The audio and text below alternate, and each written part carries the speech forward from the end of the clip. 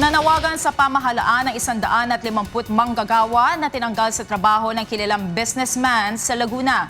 Samantala, narito na sa Pilipinas ang 52 mangingisdang Pilipino na hinuli at ikinulong sa Indonesia dahil naman sa illegal fishing. Ito ang balita ni Sherwin Colobong.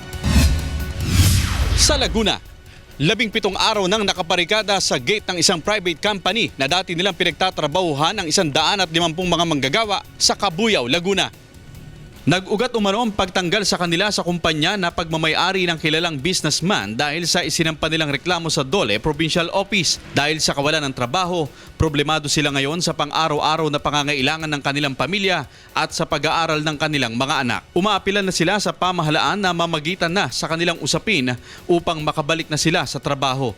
Pinapatagalan po nila ang laban po namin, naideklara naman po at napatunayan naman po ng Department of Labor na sila ay LOC po. Kaya po ang nangyayari po ngayon, ginigipit lalo po kaming mga manggagawa dito ng Tanduay. Pangulong Aquino, nananawagan na ho kami sa iyo na sana po gumitna na po kayo sa pinaglalaban po namin na regular na hanap buhay. Sana po patunayan mo po na ikaw po ang ama namin dito sa buong Pilipinas po. Hinihiling din nila na maregular na sila sa kumpanya dahil karamihan sa kanila ay nasa 5 hanggang 10 taon nang nagtatrabaho sa kumpanya.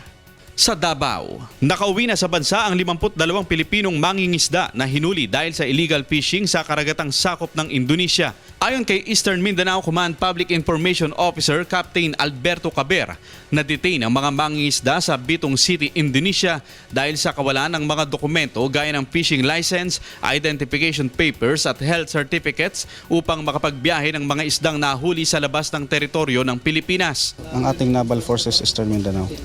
How did it start? DSWD, Bureau of Immigration, Bureau of Quarantine, yun yung mga government agencies na nagkaroon ng coordination sa Government of Indonesia. Dumating ang mga pinakawalang mangingisda sa Davao City kahapon sakay ng BRP Cebu. Kasama ang Davao News Team, Sherwin Colobong, UNTV News Worldwide.